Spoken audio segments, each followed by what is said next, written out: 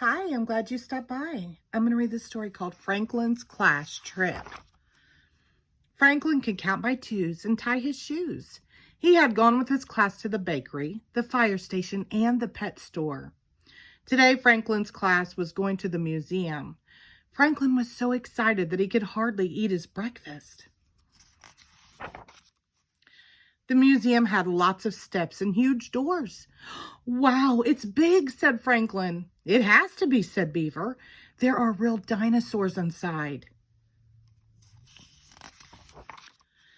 Beaver had been to the museum before. She knew everything about it. Big dinosaurs, she emphasized. So big that they ate trees for breakfast. Franklin was afraid to ask what dinosaurs ate for lunch. Franklin sat down on the steps. What's wrong? Asked Snell. Beaver says there are real dinosaurs in the museum. Snell looked alarmed. That sounds scary. Franklin nodded. In the museum lobby, Mr. Owl went over the rules. No shouting, no running, and stay with the group. Mr. Owl, said Beaver, one more thing. Watch out for dinosaurs. Moose and Bear laughed. Franklin didn't. He moved a little closer to Mr. Owl. Their first stop was the Bat Cave. It was dark inside. Squeaks and squawks filled the air. What's that? Asked Franklin. Beaver giggled. That's the sound bats make to find their way around. Franklin was relieved that it was bats and not dinosaurs. The class visited the rainforest next. Franklin climbed high into a tree house. He could see the top of the trees. Can you spot any dinosaurs? Asked Snell. Franklin shook his head and climbed down quickly. There was so much to do in the museum that Franklin almost forgot about the dinosaurs. In the medieval room, Franklin had fun dressing up like a knight. Franklin even got to dig in a sandy pit. He was the first one to find an arrowhead.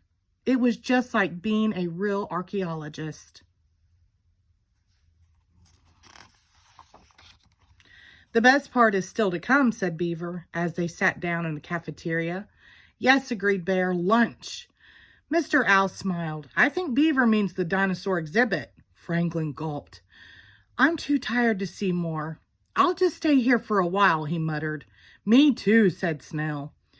You'll forget about being tired when you see the dinosaurs, said Mr. Owl. Eat up and let's go.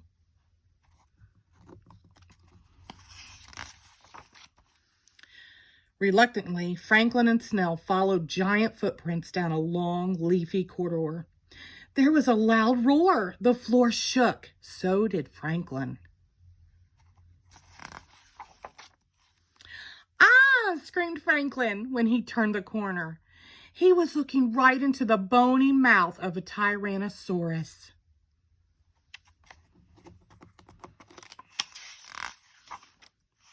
Franklin blinked. They're bones, real dinosaur bones, but the dinosaurs aren't alive. Alive? Giggled Beaver. Of course not. There hasn't been a live dinosaur for millions of years. You make good jokes, Franklin. You sure do, whispered Snell.